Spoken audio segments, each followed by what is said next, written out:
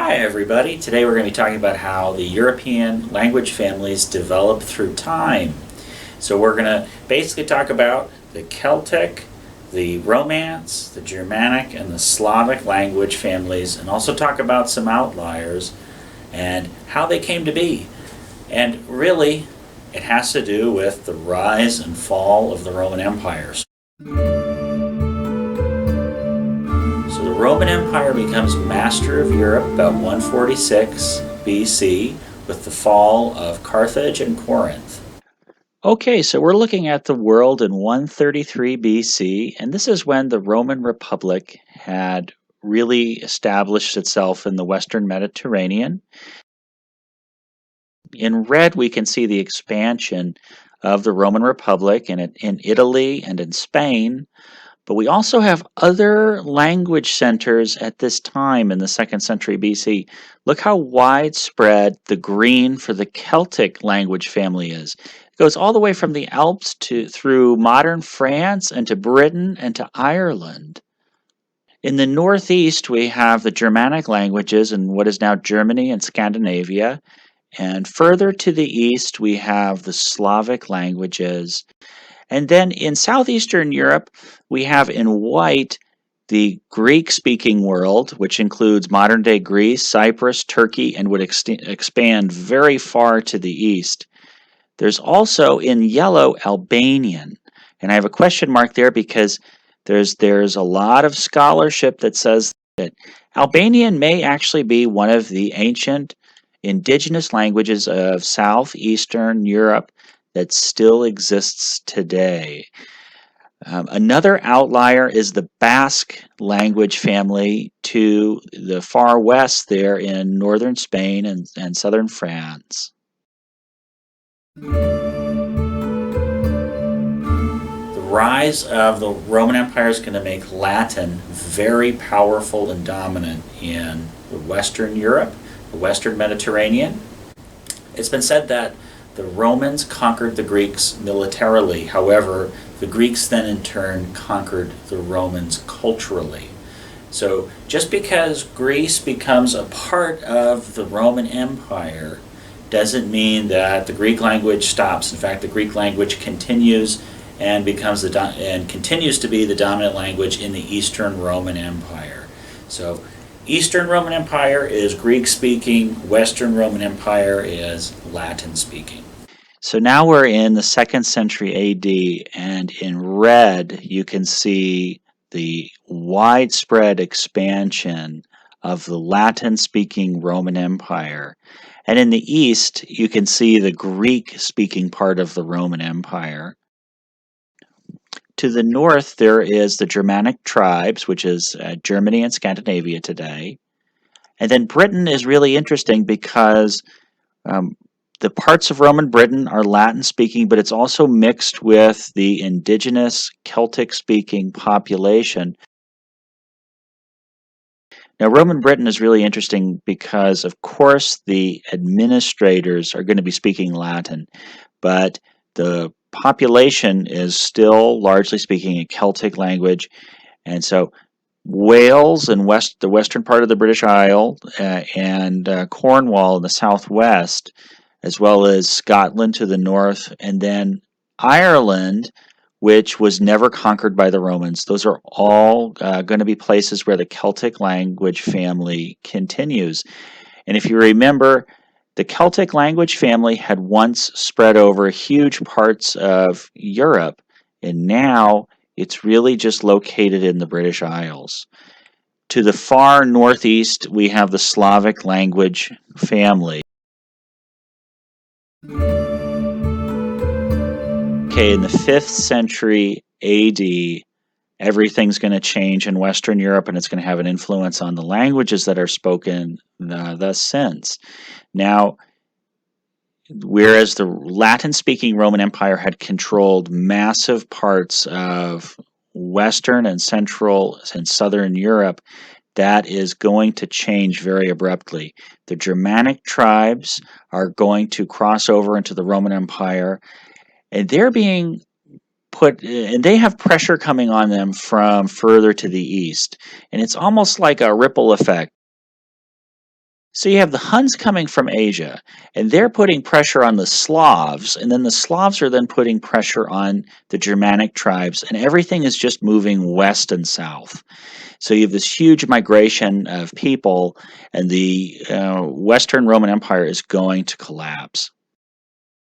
The Western Roman Empire, although it fell in the 5th century AD, it still exists in the modern dialects of Italian, French, Spanish, Portuguese, and Romanian. Britain is one of the unique places where the Germanic invaders actually succeeded in replacing the Latin that had been there with the Germanic language. So English came to be the dominant language on the British Isles. But in other places, the Germanic languages, for instance in France and Spain and Italy and Portugal, where there had been Germanic conquerors after the fall of the Roman Empire, Latin remained and it became the Romance language. And remember, it's Romance language not because it's romantic, but because it's from the Romans. So people used to say that the Roman Empire crashed. Actually, the Roman Empire more or less just sort of transformed. It became different.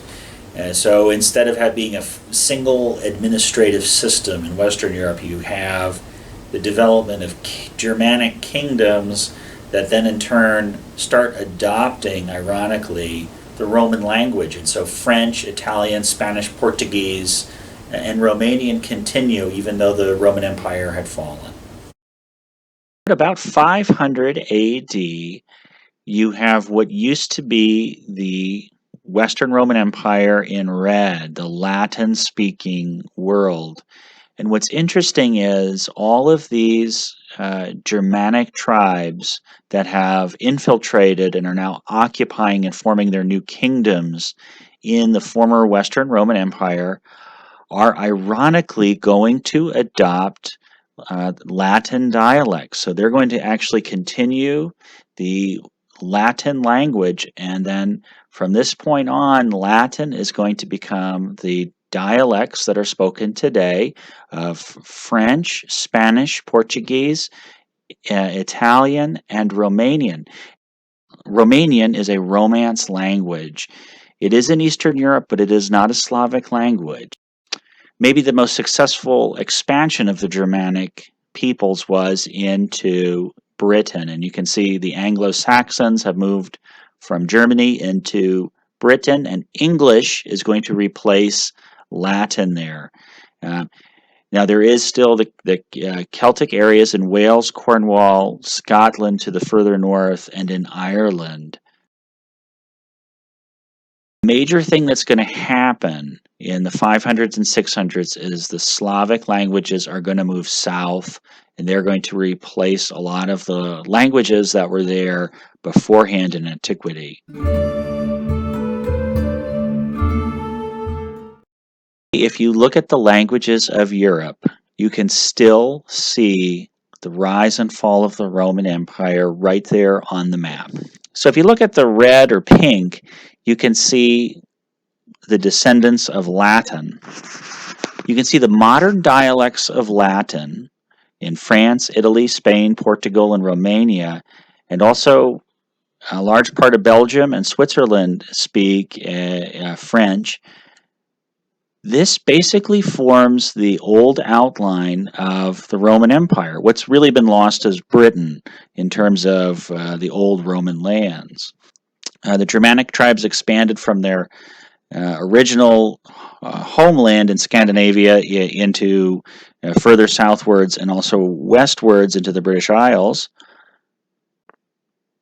The biggest change since the time of the Roman Empire has probably been the expansion of the Slavic languages, which go all the way from the northeast where Russia is today, all the way down to Bulgaria.